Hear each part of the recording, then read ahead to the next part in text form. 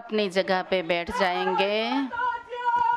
जय माता जी, जय माता जी, जय माता जी। आप संतवाणी चैनल से सभी जगह से देख रहे हैं, ये एक वनवासी एरिया है। जय जय जय। ये जो आप देख रहे हैं ये वनवासी क्षेत्र है। यहाँ की मान्यता के हिसाब से जब हमने शक्ति का जागरण किया तो माता जी का आह्वान करने से जो यहाँ की मान्यता है इसके हिसाब से ये भी पूर्ण साइंस है कि अंदर एक अनोखी ऊर्जा उत्पन्न होती है, लेकिन वो ऊर्जा संभलती है संयम से। बिना यज्ञ के ये सारी ऊर्जाएं नष्ट होती है। तो जैसे हमारे शरीर में ऐसी ऊर्जा उत्पन्न हुई, अब हमारे यहां सब शांत हो जाए, शांत हो जाए। हमारा मन को शांत कर ले, हमारे हृदय को शांत कर ले, हमारे शरीर के कंपन को भी शांत कर ले। क्योंकि बिना यज्ञ के ये जो भागवत श्रवण का जो साप्ताहिक हमारा ज्ञान यज्ञ चल रहा है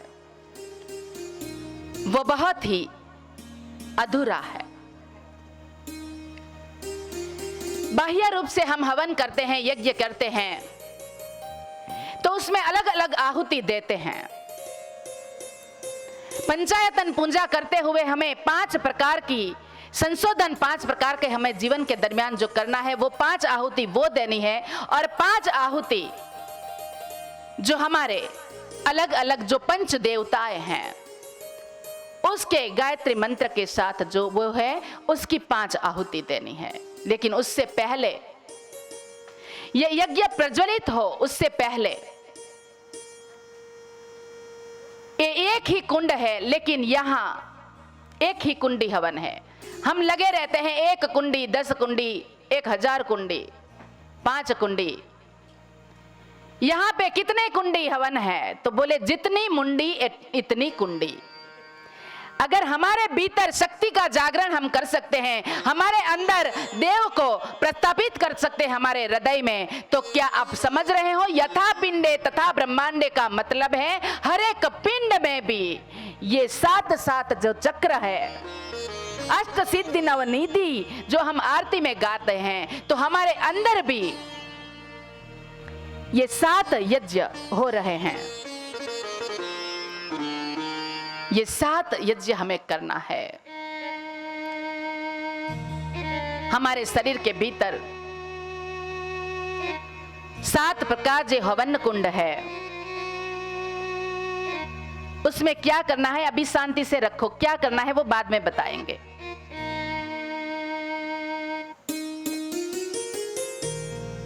अभी जो यहां से जीवन यज्ञ की जो बात हो रही है वो सुनो, कि हमारे शरीर में, हमारे भीतर सबसे पहले सबको भूख लगती है, तो जठराग्नि प्रदीप्त होती है। ये अग्नि कुंड को तो हम शांत करते हैं, वो विविध प्रकार से अलग अलग पद्धति से उसको हम हवन करते हैं। लेकिन हमारे अंदर, हमारे भीतर जो जठराग्नि प्रदीप्त हुआ, वो जठराग्नि में अन्न की आहुति देनी पड़ती है। अगर वो अन्न की आहुति मिश्रित हो गई, मिलावट वाली हो गई, तो जैसे बाह्य वातावरण को जो अशुद्ध करती है, वैसे हमारे अंदर की जो जठराग्नि है, उसमें भी हमने मिलावट वाली कोई अन्न की आहुति डाल दी, तो हमारे अंदर प्रलय होना शुरू होगा। तो जठराग्नि में अन्न की आहुति देना बहुत ही महत्वपूर्ण है। उसके बाद हमारे अंदर आपका एक एक शरीर हवन कुंड है, समझ लो। जठराग्नि के बाद हमारे जीवन में प्रारब्ध अग्नि, कि सब लोग कहते हैं कि सबके प्रारब्ध में है, हमारे तो नसीब में ही नहीं है। हमारा तो नसीब ही अच्छा नहीं है, प्रारब्ध अच्छा नहीं है। तो जब प्रारब्ध अग्नि हमारे अंदर प्रज्वलित हो,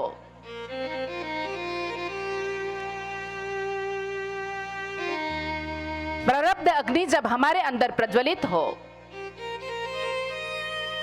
तब तितिक्षा की आहुति, धैर्य की आहुति,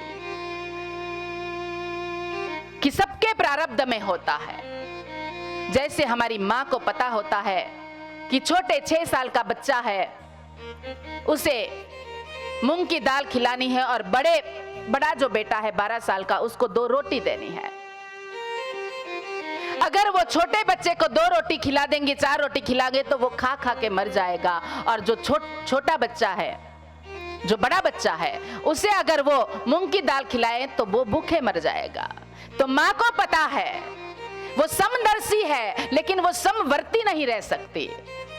दोनों के प्रति समदर्शी रह सकती है कि दोनों बेटे मेरे प्राण प्यारे हैं, लेकिन किसको कितना देना है, कब देना है, वो माँ को ही पता होता है। तो परमपिता परमेश्वर, ये हमारी जो माँ है, उसको पता है कि कब किसको क्या देना है। तो जब प्रारब्ध अग्नि दूसरे को देख के अगर हमारे अंदर ये प्रज्वलित होने लगे, तो तितिक्षा माने धैर्यता की आहुति हम अंदर डाले, ये बहुत ही महत्वपूर्ण है। प्रारब्ध अग्नि के बाद तीसरे यज्ञ है, अग्नि है ज्ञानाग्नि। कि ज्ञान बढ़ जाता है, बहुत बढ़ जाता है, तो वो अग्नि प्रज्वलित होता है कि मैं ही कुछ हूं, मुझ में ही दम है, मैं दूसरों से अलग हूं, और मैं तो ज्ञान मार्ग में मान रहा हूं, ये भक्ति मार्ग वाले ये जो सब कर रहे हैं वो गलत है, अंधश्रद्धा है। ये अंधश्रद्धा नहीं है, अंधश्रद्धा इसे कहते हैं अगर ये शक्ति का आह्वान करने से, अगर ये बहन में या वो भाई में कोई ऊर्जा उत्पन्न हुई और अपना शरीर कंपन करने लगा, तो ये इन लोगों की एक पूजा करने की पद्धति है। अंधश्रद्धा तब है जब उसको हम हमारे जीवन के बारे में पूछने लगेंगे तो वो अंधश्रद्धा है, बाकी ये पद्धति गलत नहीं है।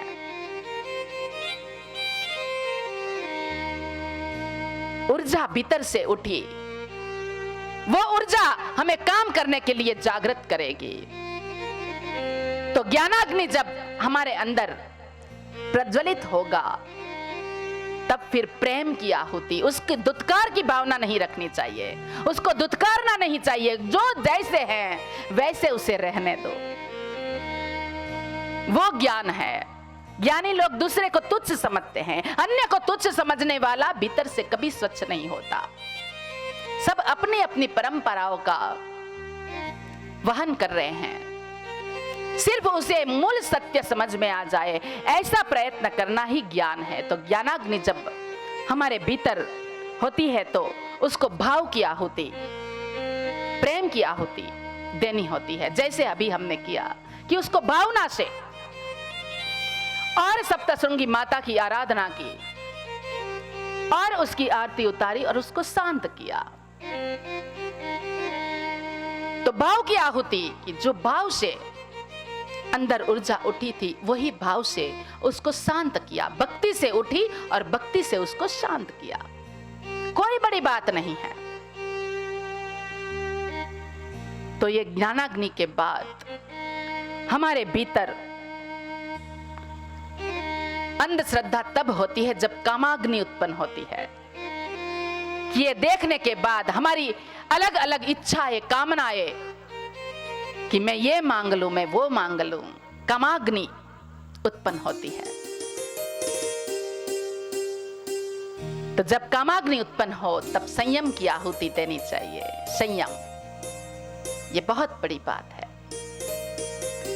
क्योंकि कामाग्नि को शांत नहीं करोगे, अपेक्षा आपकी शांत नहीं होगी तो क्रोध आएगा, क्रोधाग्नि उत्पन्न होगा,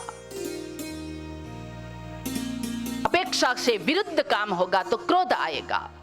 क्रोधात् भवति सम्मोह, सम्मोह स्मृति विरिब्बम, स्मृति लोभे बुद्धिनाश, बुद्धिनाश विनाश छे। और जिसको क्रोध आ गया और क्रोध में अगर कुछ उसने कर दिया, क्योंकि जो क्रोध में बोलते हैं उसे हम कहते हैं कि क्रोध में तू क्या बोल रहा है तुझे पता ही नहीं, क्योंकि वो अपने आप में नहीं होता। तो ये क्रोधाग्नि जब प्रज्वलित होता है तो तब उसे क्षमा की आहुति दिया करो। कोई गलती कर दी तो उसकी गलती क्रोध में परिवर्तित नहीं होनी चाहिए, समझा कर देखो, अगर नहीं समझे तो क्षमा। क्षमा वीरस्य भूषणम, क्षमा वीरों का आभूषण है, क्षमा कर दो। और हम क्षमा करेंगे तो भगवान हमें क्षमा करेंगे। हम दूसरों को तो बिल्कुल क्षमा करना नहीं चाहते और चाहते हैं कि भगवान हमारी सारी गलतियां माफ कर दे, हमें क्षमा कर दे।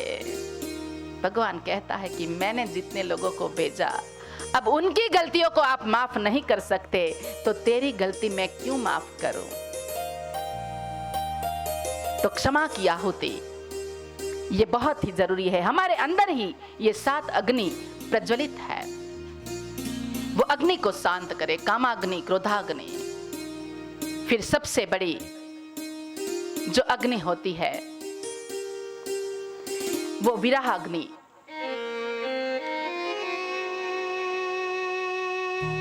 कि वो सबके भीतर जब माँ चली जाती है, पिता चले जाते हैं, जब हमारे स्वजन हमें छोड़ के चले जाते हैं तो एक विरह अग्नि उत्पन्न होती है। माँ का मूल्य जीवन में क्या है, पिता का मूल्य क्या है, हमारे स्वजन का मूल्य क्या है। वो जिसके माँ बाप नहीं है उसको जाके पूछो कि जीवन कैसा रहता है बिना माँ बाप का।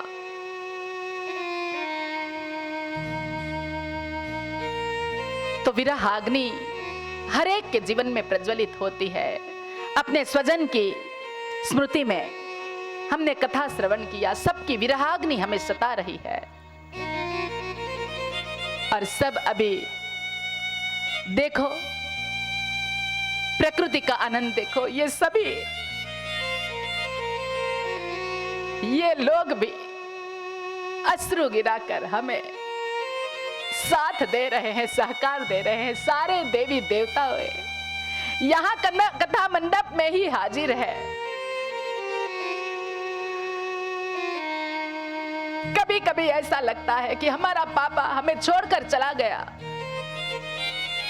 वो यहाँ रह के शायद हमारी अपेक्षाएं संतोष नहीं कर पाए, तो शायद इसलिए वहां जल्दी चले गए होंगे कि मेरी बेटी की जो ख्वाहिश है, मेरे बेटा की जो ख्वाहिश है, मैं ऊपर जाके प्रभु को डायरेक्ट जाके कहूं और मेरी बेटी की जो इच्छा है वो मैं पूर्ण करूं। इसलिए शायद वो जल्दी चले गए हो, उसने जीने की तमन्ना छोड़ दी हो और हमें खुश करने के लिए वो देह उसने छोड़ दिया। लेकिन ब्रह्मा के पास बैठ के वो ब्रह्मा को कह रहे हैं कि मेरी बेटी में ऐसा सृजन करो, ऐसा सृजन करो कि सिर्फ माता पिता का ही नहीं, लेकिन तूने जो जन्म दिया है वो शिवत्व की उपासना करके शिवोहम का नाद वो पूरे विश्व में गुंजा दे। तो जब विरहाग्नि, और आज एक विरहाग्नि कथा मंडप में भी वक्ता और श्रोता की भी विरहाग्नि होती है कि हम एक दूसरे को, आज 7वां दिन है तो कथा को विराम देंगे, तब वक्ता और श्रोता का भी विरह होता है, एक दूसरे को छोड़ के जाना होता है। 7 दिन का ये हमारी ब्रह्मचर्या, हम एक दूसरे के साथ पूरे दिन एक साथ ब्रह्म भोजन करना, एक साथ ब्रह्मचर्या करना, एक साथ ब्रह्म की बातें करना, इतना सारा कर कर जब हमें अलग होना होता है तो विरहाग्नि हमारे अंदर प्रज्वलित होती है। तो उसके लिए हम सिर्फ और सिर्फ स्मरण की आहुति दे सकते हैं। उसका स्मरण करो, एक दूसरे का स्मरण करते रहेंगे। हम पापा का स्मरण करते रहे, माता का स्मरण करते रहे, जैसे आज हमारे तारा काकी और हेमंत भाई, जैसे ईश्वर काका को कि उसने कहा कि आज मैं पापा को भी लेकर आया हूं, तब मैंने देखा तो पापा की तस्वीर को ये जान समझ रहा है और उसको स्मरण से वो ला रहा है उसका बेटा। तो उससे ज्यादा स्मरण की आहुति किसे कही जाती है कि स्मरण की आहुति देना। उसका मन था कि बोले बार बार कहते हैं कि उसको योग करवाते हुए हेतल को हमने देखा, लेकिन मुझे उसकी कथा का श्रवण करना है, एक बार ले जाना है, लेकिन वहां तक वो नहीं रुक पाए। तो शायद इसलिए ही आज वो कथा का श्रवण करने के लिए ये हेमंत भाई के माध्यम से, तारा काकी के माध्यम से यहाँ तक आ गए। ये सिर्फ तस्वीर नहीं है, ये जीवंतता है, ये जीवंतता है। हमारे घर में पापा मम्मी की सिर्फ तस्वीर नहीं होती, हमारे स्वजन की तस्वीर नहीं होती। उसके ऊपर सिर्फ हार चढ़ाते रहने से कुछ नहीं होगा। उसका स्मरण करे, स्मरण की आहुति दे, वो है सच्चे अर्थ में। और जब स्मरण की आहुति देने के बाद सबसे बड़ी अग्नि प्रज्वलित होती है, वो प्रेमाग्नि। हमारे अंदर जो प्रेम है, सबको एक दूसरे के प्रति प्रेम है। तो हम अगर बाप बेटी से प्यार करते हैं, हमारे धनसुख भाई नित्शा को बहुत प्रेम करते हैं, लेकिन फिर प्रेम करते हैं। कोई पति पत्नी को भी बहुत प्रेम करता है। हमारी बेला बहन भी चेतन को प्रेम करती है, हिना बहन जनक भाई को प्रेम करती है, कामिनी लास भाई को प्रेम करती है। सभी एक दूसरे को प्रेम करते हैं। लेकिन अगर प्रेम में हमारा पॉजिटिवनेस आया कि मैं जैसे कहूं वैसा ही करो, तो वो प्रेमाग्नि शांत नहीं होगी।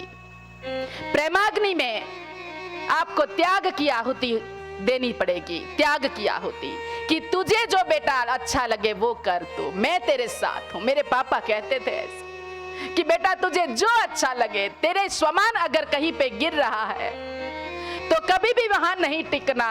और मुझे मेरे खून पे विश्वास है कि तू हमारा नाम रोशन ही करेगी, हमें कभी भी नीचा नहीं दिखाएगी, ऐसा मुझे पूरा विश्वास है। और ऐसा विश्वास दिलाने मात्र से भी मैं कई बार गलत काम करने से रुक गई, क्योंकि वो शब्द याद आते हैं। तो सिर्फ शब्द दे दो, ये बहुत ही महत्वपूर्ण है।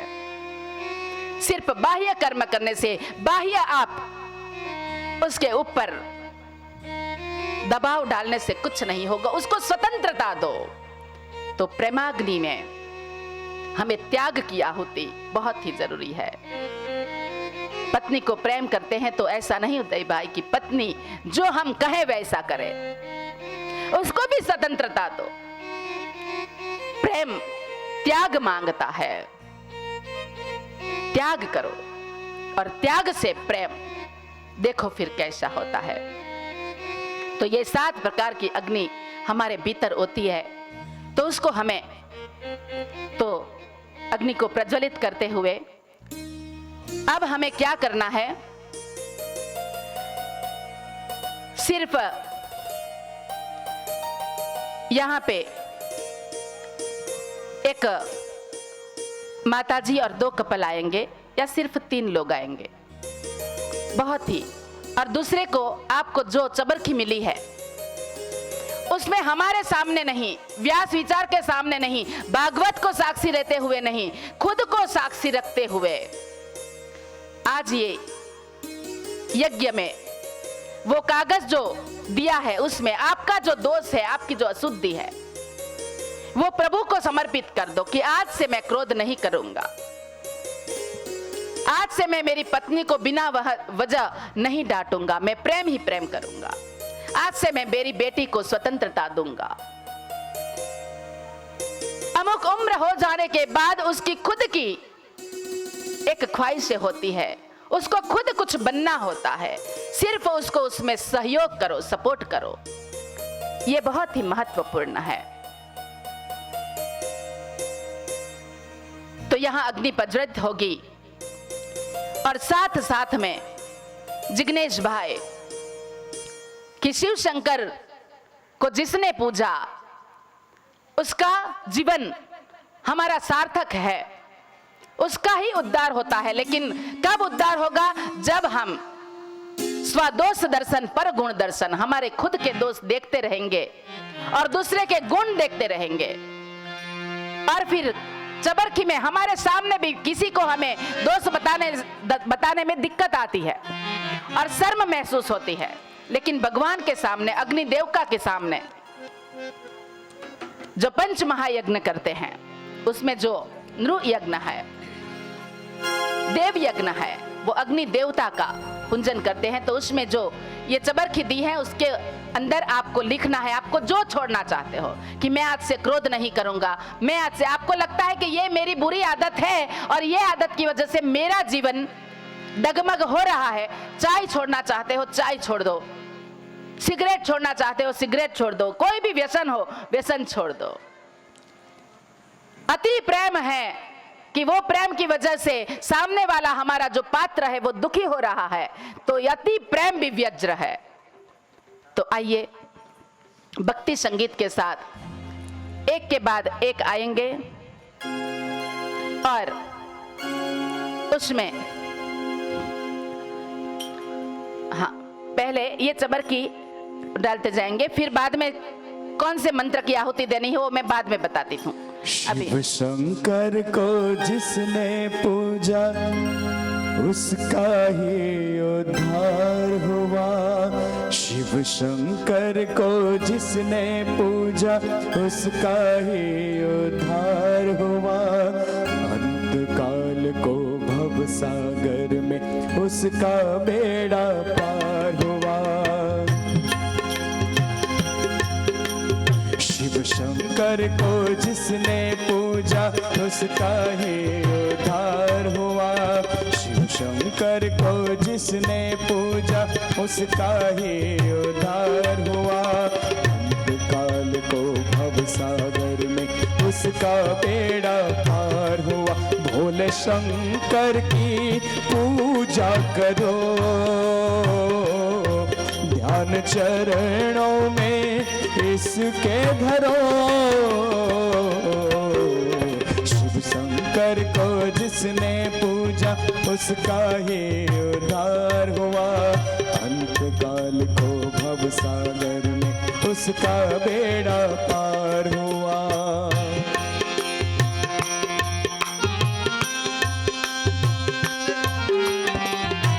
आइए मोहन जी, आप भी कुछ लिख के, आपको अगर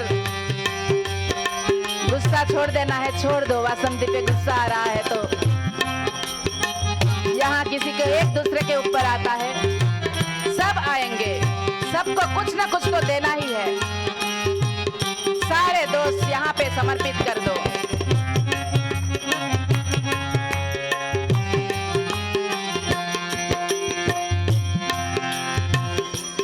डमरू वाला है जग में दयालु बड़ा, दीन दुखियों का दाता जगत का पिता।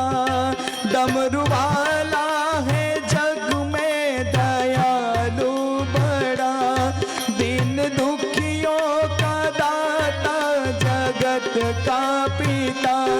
सब पे करता है भोला शंकर ही दया, सबको देता है ये आसरा, सबको देता है ये आसरा। शिव शंकर को जिसने पूजा उसका ही उद्धार हुआ। इन पावन चरणों में अर्पण आकर के उद्धार हुआ। अंतकाल को भव सागर में उसका बेड़ा पार हुआ। भोले शंकर की पूजा करो, ध्यान चरणों में उसके धरो।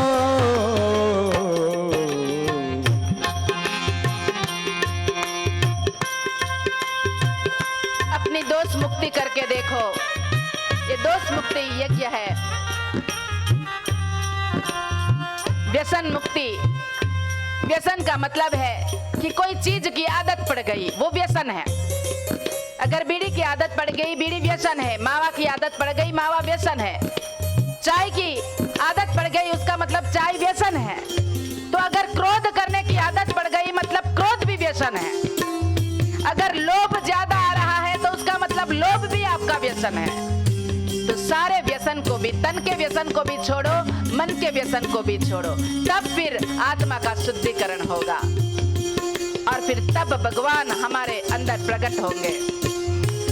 नाम सब ध्यान चरणों में इसके धरो। शिव शंकर को जिसने पूजा उसका ही उद्धार हुआ। अंतकाल को भव सागर में उसका बेड़ा पार हुआ। अंतकाल को भव सागर में उसका बेड़ा पार हुआ। अंतकाल को भव सागर में उसका बेड़ा पार हुआ। अब हेमंत भाई, आज धोती पहनी है, ब्राह्मण के जैसे ही दिख रहे हो, तो यहाँ पे आ जाओ। यशोदा दीदी भी आ जाएगी और माता और हिना बहन, अनमोल महाराज कि सब ब्राह्मणों के पास ये ब्रह्म यज्ञ, पंच महायज्ञ जो कहते हैं, उसमें ब्रह्म यज्ञ और कुछ ना कुछ ज्यादा नहीं करते हुए कम से कम, हाँ, कोई भी दिशा में, सारी दिशाएं भगवान की है, तो उसमें पहले संशोधन का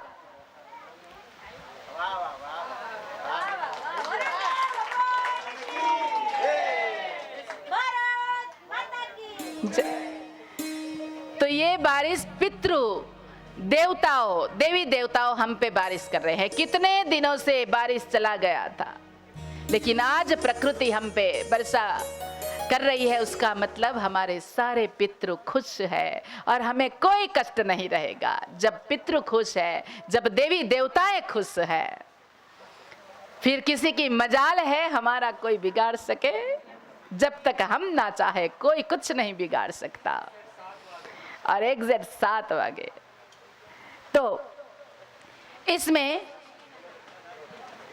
एक घी की आहुति देंगे, बाकी की जो दूसरी आहुति है उसमें यहां से मैं जो कहूं, हिना बेन हमारी हर रोज हवन करती है, माता भी हवन करती है। देखो, अग्नि देवता के साथ साथ हमारे भीतर जितने जितने अग्नि प्रज्वलित हुए उसको शांत करने के लिए जल देवता भी आ गए और वायु देवता भी हाजिर हो गए। और पंच तत्व की महाभूत, पंच महाभूत, ये चमत्कार है, ये ओरिजिनल चमत्कार है। देख लो, आप संतवाणी चैनल से बाहर भी दिखा दो कि कितना अमर तू कम पड़ रहा है। बाहर दिखा कैसे प्रकृति बदल रही है। तो हम यहाँ से श्लोक बोलेंगे, वैसे आपको बोलना है। जीवन का संशोधन करने के लिए हर रोज ये 5 श्लोक की आहुति देनी है। जल्दी जल्दी, जब प्रभु प्रसन्न है, प्रकृति प्रसन्न है, तो हमें जो मांगना है मांग लेते हैं। ओम ऐं आत्म तत्व शोधयामि नमः स्वाहा। ओम ह्रीं विद्या तत्व शोधयामि नमः स्वाहा। ओम क्लीं शिव तत्व शोधयामि नमः स्वाहा। ओम सर्व तत्व शोधयामि नमः स्वाहा। अब 5वीं आहुति देनी है। ओम बोलना है। जो बैठे हुए हैं वो भी मानस पूजा कर सकते हैं। यहाँ हृदय पे ऐसे हाथ रखो और फिर नमः स्वाहा ऐसे करके आपको डालना है। तो पहले कौन सी आहुति, अभी आप रुक जाना, फिर से भी डाल सकते हैं, कोई दिक्कत नहीं, लेकिन सब लोग यहाँ मानस पूजा भी करेंगे। ओम ऐं आत्म तत्व शोधयामि नमः स्वाहा। ओम ह्रीं विद्या तत्व शोधयामि नमः स्वाहा। ओम क्लीं शिव तत्व शोधयामि नमः स्वाहा। ओम सर्व तत्व शोधयामि नमः स्वाहा।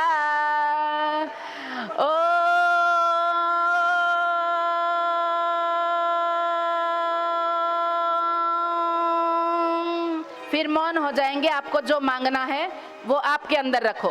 सबकी मानता अलग अलग होगी, तो आपको जो मांगना है वो मौन होके अंदर बोल दो। नमः स्वाहा 3 बार ऐसे करेंगे। ओम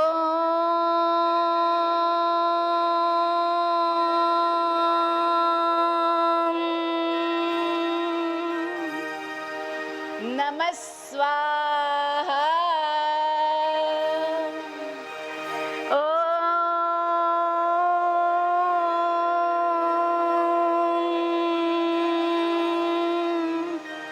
नमः स्वाहा।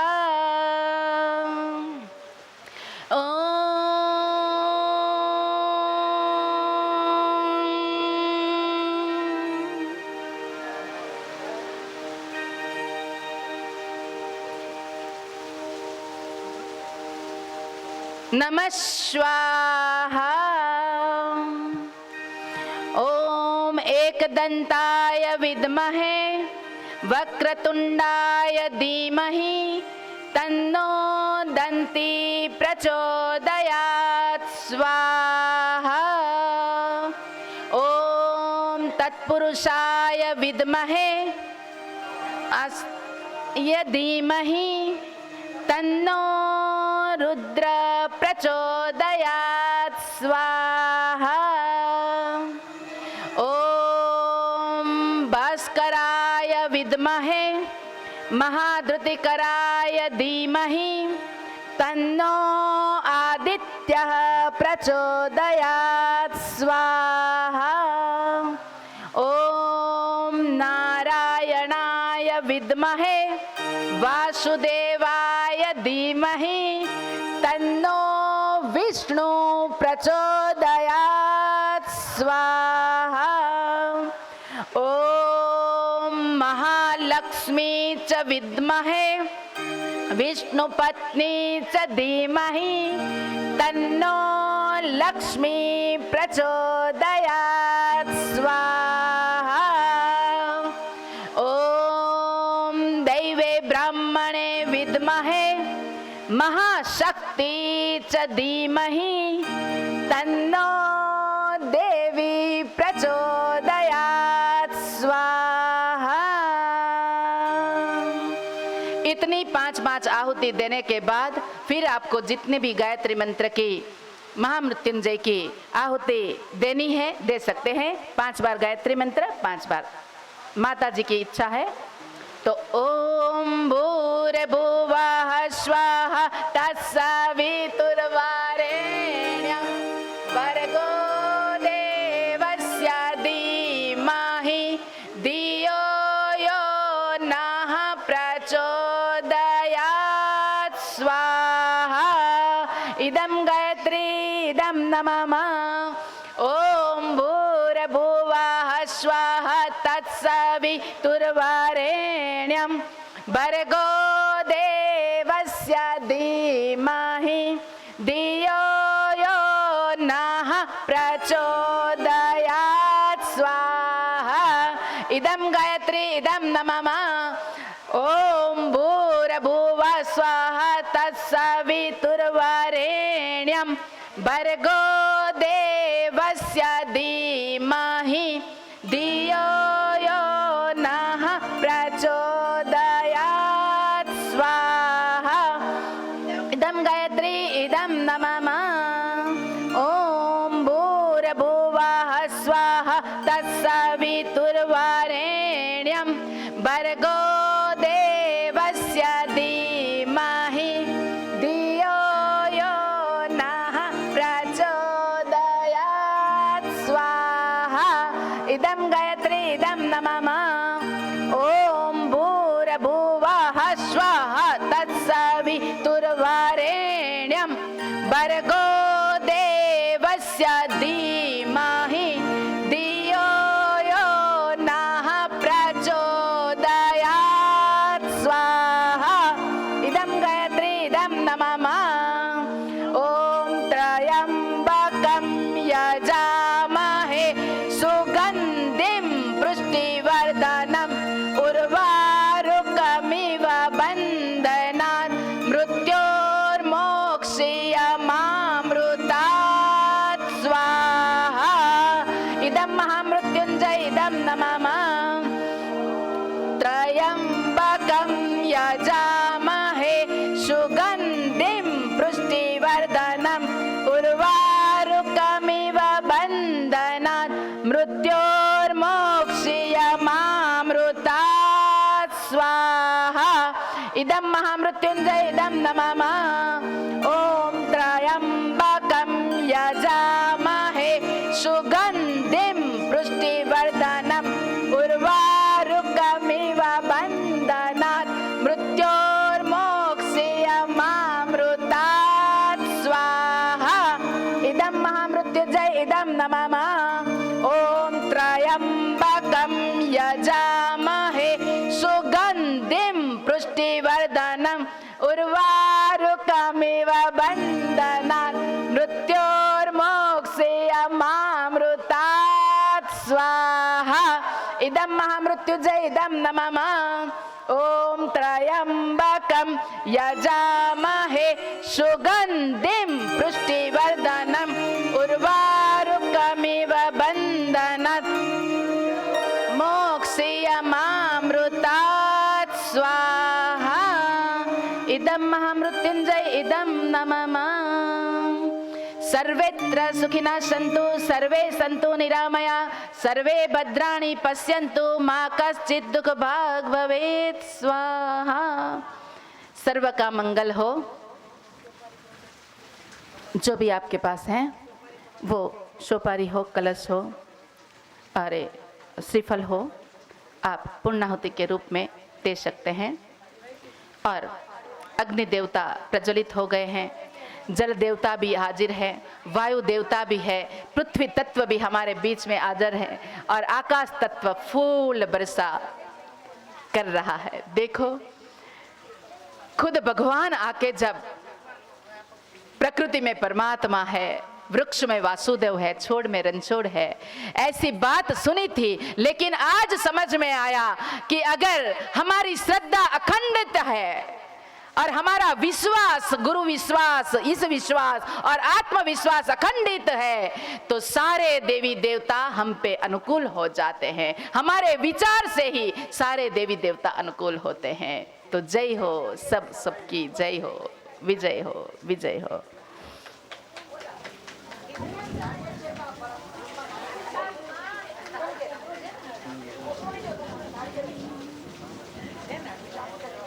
चलो कोई नहीं। ओम पूर्णमदः पूर्णमिदं पूर्णात् पूर्णमुदच्यते पूर्णस्य पूर्णमादाय पूर्णमेवावशिष्यते। स्वाहा। फल अर्पित कर दो, कोई दिक्कत नहीं। बहुत बढ़िया। श्रद्धा से आप जो अर्पित करोगे वो प्रभु पत्रम पुष्पम फलम तोयम, ये चार चीजें प्रभु बहुत ही भाव के साथ, भाव से जो भी दोगे वो आपको मिलेगा। लो श्रीफल भी आ गया। तो हमारा जीवन भी इस श्रीफल की तरह होना चाहिए। बाहर से हम थोड़े कड़क लगे लेकिन अंदर से सबको नर्म रहना चाहिए, क्योंकि भावनाओं से ये संगठन खड़ा तो हो जाता है लेकिन चलता है सिस्टम से। तो ये नारियल जो है, ये श्रीफल जो है, पूर्णमेवावशिष्यते।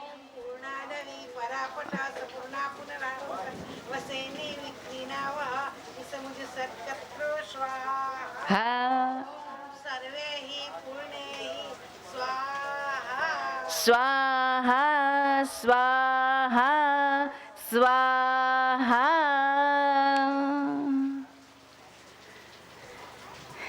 बहुत बढ़िया। अब यहाँ से आप, जैसे यहाँ पे बहुत ही ब्राह्मणगण बैठे हुए हैं, अब यज्ञ की जो पूर्णाहुति करनी है वो आप कर लो। जो उसकी अर्चन मार्जन जो भी करना है आप करो। अभी हम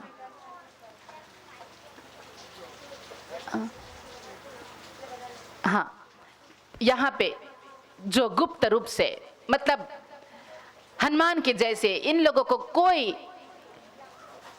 ऐसे मान सम्मान की कोई आवश्यकता नहीं। बेचारे इतने समय से किचन में काम करते रहते हैं। हमारे यहाँ के जो वनवासी क्षेत्र के हमारे भाई बहन हैं, जो ये आश्रम की सुंदरता है उसकी वजह से आश्रम है, ऐसे कहे तो कोई अतिशयोक्ति नहीं है। क्योंकि उन लोगों ने हमने खाना बना के खिलाया, समय समय पे खाना दिया, समय समय पे पानी मिला नहाने के लिए, समय समय पे हमें मच्छर ना लगे इसके लिए दुआ मिल गया, समय समय पे हमारा काम सब कुछ होता रहा। और वो गुप्त रूप से कहीं पे भी पद पावर प्रतिष्ठा की अपेक्षा ना रखते हुए उसने जो हमारी सेवा की, तो ऐसे लोगों का परम पूज्य सुधाबा सबका सम्मान करना चाहते हैं। तो आइए धनसुख भाई या पीयूष भाई आप आ जाओ और सबका सम्मान करवाए।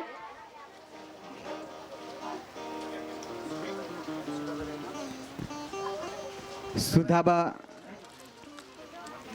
यहाँ पे ही खड़ी रहे।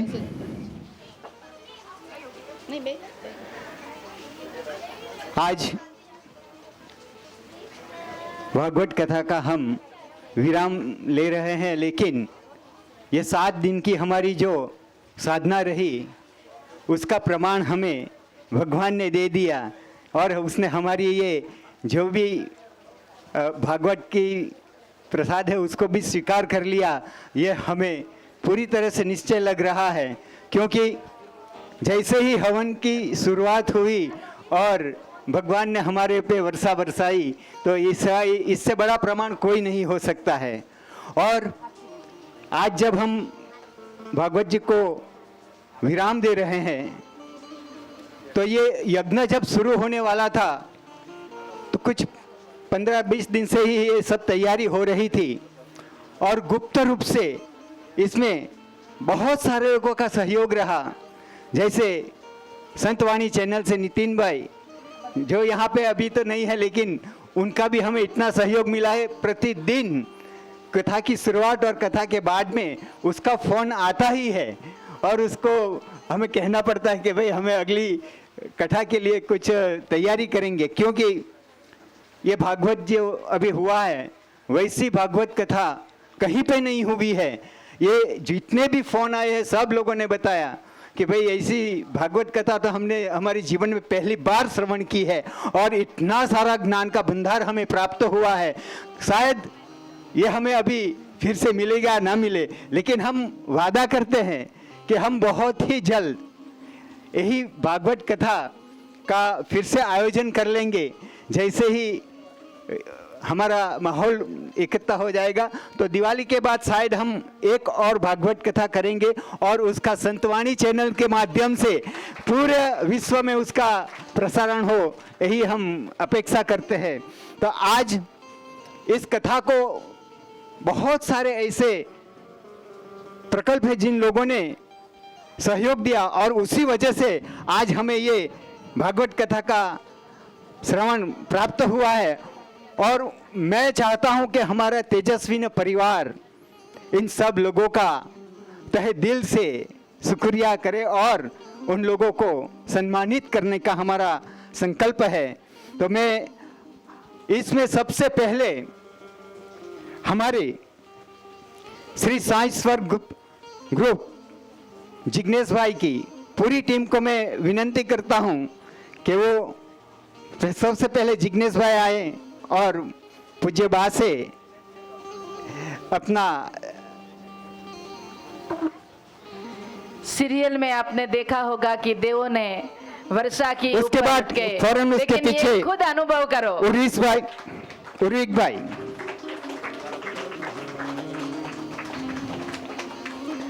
ताड़ियों की गड़गड़ाहट तो होनी चाहिए। दिनेश भाई,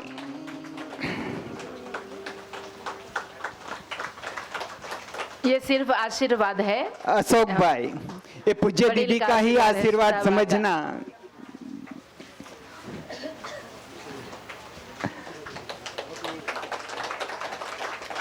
जिन लोगों ने सुबह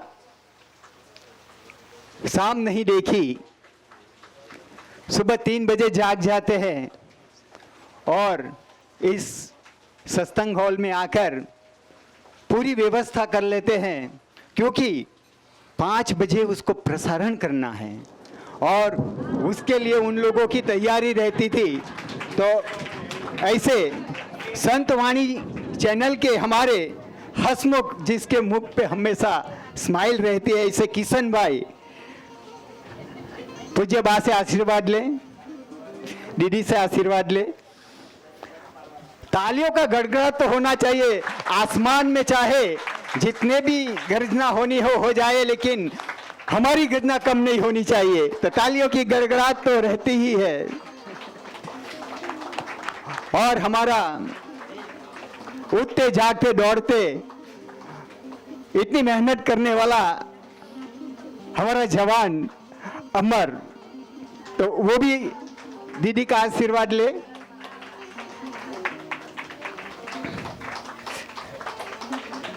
साउंड सिस्टम के बिना ये कार्यक्रम बिल्कुल ही फीका पड़ जाएगा।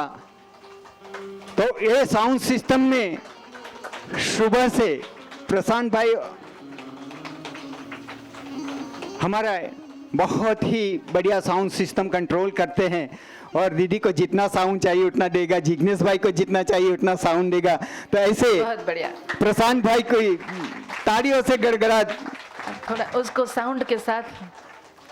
और सबसे बड़ी बात, 365 दिन तेजस्विनी में सेवा करने वाले हमारे सेवक कोई बाहर से नहीं आया, हमारे वनवासी ही भाई बंधु है, इस गांव के ही है, जिसके प्रति हमें बहुत ही स्नेह है।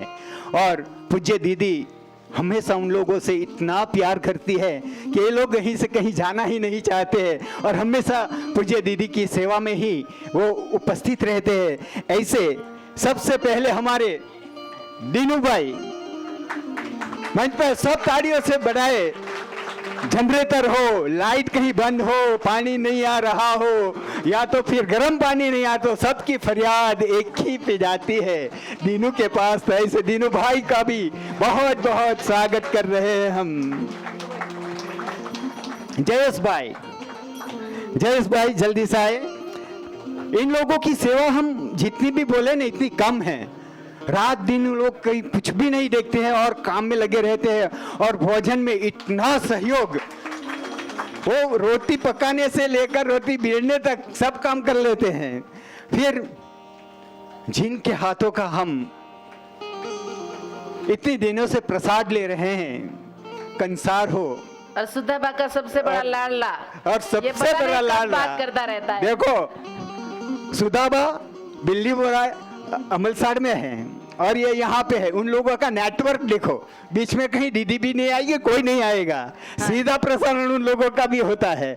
वो महेंद्र भाई फोन करेगा दीदी से, बा से, और बा फिर बोलेगी कि इतना इतना लाना है, तो ये सब बा वहाँ से भिजवाती है। तो ऐसे महेंद्र भाई के लिए जोरदार तालियों का गड़गड़ाहट। और हमें सुबह शाम बहुत बढ़िया खाना खिलाया, ब्रेकफास्ट दिया, चाय दिया, कॉफी दिया। तो ऐसे महेंद्र भाई का बहुत बहुत तालियों से गड़गड़ाहट से, जोरदार तालियों से गड़गड़ाहट। और हमारे वासुणा के राजा श्री धनराज सिंह, उसका लड़का और उसकी बहू दोनों यहाँ पे इतनी अच्छी सेवा दे रहे हैं। हमारा मंदिर का जो भी काम है वो पूरा संभाल लेते हैं, चाहे कृष्ण को नहलाना हो, शिव जी को पूजा करना हो, बेलपत्र लाना हो, ये सब कार्य वहाँ पे सफाई से लेकर सब इतनी अच्छी तरह से करते हैं। और जब हमारी आरती शुरू होती है, उस आरती में अगर मोहन का शंख नहीं फूका तो वो आरती नकामी हो जाती है। तो ऐसे मोहन भाई के और वासंती बेन का तो जोरदार तालियों से स्वागत, बहुत ही बढ़िया। और हमारे महेंद्र भाई, जिसकी ये छोटा भाई है ना। हाँ, वासंती बेन आप भी आगे जाइए। हाँ, राजा साहब ने जमीन दी थी तो कहा था, इसने कहा था कि मैं तो दीदी के साथ ही रहूंगा और मैं और वासंती यहाँ ही सेवा करेंगे। और राजा साहब ने कहा था कि मेरा सबसे बड़ा बेटा, जब ये जमीन की बात हुई थी तो बोले मेरा सबसे बड़ा जो बेटा है वो 45 का है और आप 47 हैं जब इसकी बात हुई थी। तो बोले इसलिए आप मेरी ज्येष्ठ पुत्री हो, ऐसे करके मैं पुत्री को ये जगह दे रहा हूं कि यहाँ से पूरे विश्व में अच्छा काम हो। तो ऐसी भावना के साथ राजा ने जब दिया था तो ये मेरे छोटे भैया भाभी हो गए। और हमारे महेंद्र भाई की बेटी शीतल बेन, हाँ। जल्दी से आइए आगे। ये ऐसे लोग हैं जो निस्वार्थ सेवा में ही लगे रहते हैं। वो लोग रात या दिन नहीं देखते हैं और अपने बेटियों को आज साथ में लेके आए हैं। तो शीतल बेन, महेंद्र भाई की बेटी, उन्नीसा बेन किधर गई? आजा आजा आजा आजा। उन्नीसा बेन, ये लोग ऐसे हैं ना, ये दीदी का प्रेम से इतने जुड़ गए हैं कि कहीं उन लोगों का मन जाने को ही जी नहीं करता, बस यहीं पे रुक जाते हैं वो लोग। और रात को चाहे 10 बज जाए, 11 बज जाए, कोई बात नहीं, वो 12 बजे भी काम अपना पूरा करके ही जाते हैं। तो ऐसे ही 19 बहन, सपना बहन ये दौड़ हमारी के आए। सबसे छोटी और लाडली बेटी सपना, बहुत सबको ही। सपना दिखाती रहती है। देखो ये सपना भी ऐसी थी कि भाई हमें तो ये यहाँ पे काम नहीं करना है, ये है वो है, फिर सपनू सपनू उन सपनू लोगों करके का लगे सपना रहते हैं इतना। सब। जय श्री बेन दौड़ के आए। आज का दिन हम आपका स्वागत कर सके ये हमारे लिए भाग्य ही है कि क्योंकि हम हमेशा आप लोगों से सेवा लेते हैं, लेकिन हम कभी भी आपकी सेवा नहीं कर पाते हैं। हमारा तेजस्विनी का बहुत ही छोटा परिवार है, लेकिन हम इतने प्यार से रहते हैं कि कहीं हमें पता नहीं चलता है कि मैं कौन हूँ और चेतन भाई क्या है, बेलाबेन क्या है। बस हम यही सोचते हैं कि कैसे करके हम दीदी की सेवा कर पाए और दीदी को कहीं ना कहीं ऊपर लाने में हम अपना सहयोग दे पाए। तो ऐसे हमारे तेजस्वी परिवार के 2 विलाय जो चेतन भाई और बेलाबेन बहुत ही जल्दी से आए और मैं पूज्य बा और दीदी से आशीर्वाद प्राप्त करने के लिए कहता हूँ।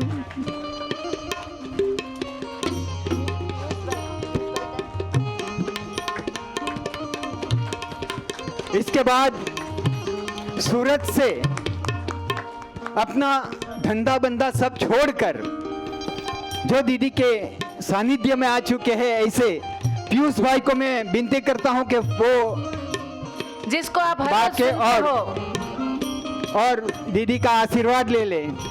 दौड़ कर आए पीयूष भाई।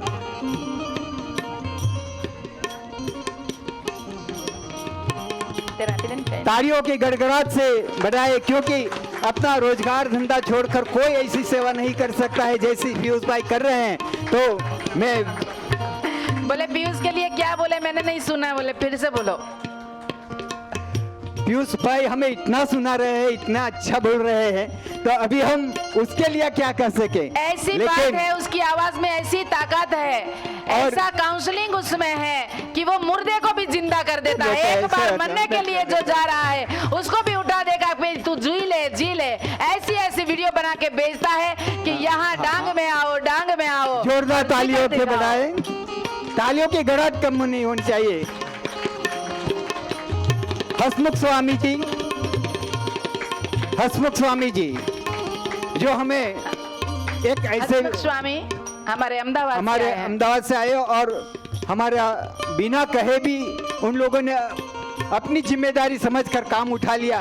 तो वो बा से और पूज्य दीदी से आशीर्वाद प्राप्त करें। हमारे बीच में जब से ये ले लो भागवत शुरू हुई, हाँ। तो हमारी छोटी सी बच्ची कृष्णा नाम के प्रमाण में ही उसका गुण है।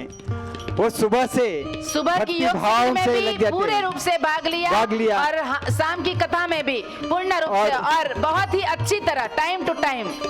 तो उसका भी उसके बाद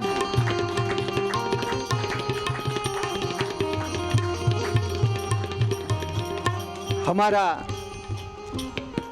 तेजस्विनी परिवार का बहुत ही लाडला नाम हरी मारू गाड़ू क्या तू हाकी जाए एवा हरिभाई के जे हमेशा दीदी ना चरणों में होय तो एवा ये जिग्नेश भाई का माइक चालू करो। हरिभाई हरि तू गाड़ू हरि कोई ना जाए, गाड़ू जाए कोई न जान काई न जानू रे, काई न जानू ए हरि तू गाड़ू मारू जाए कोई न जानू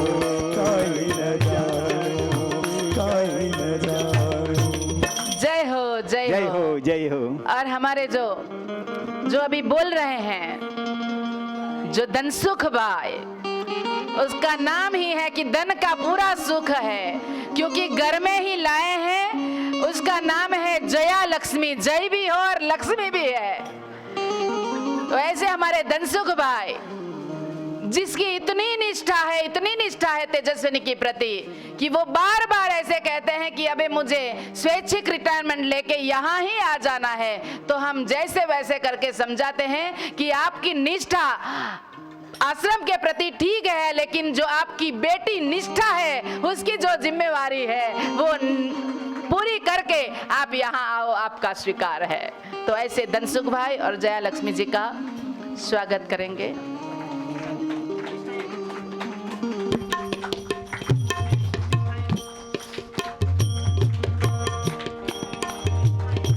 हाँ, निष्ठा को भी दें। निष्ठा अभी फोटो खींच गई। धनसुख भाई के लिए कोई बढ़िया सा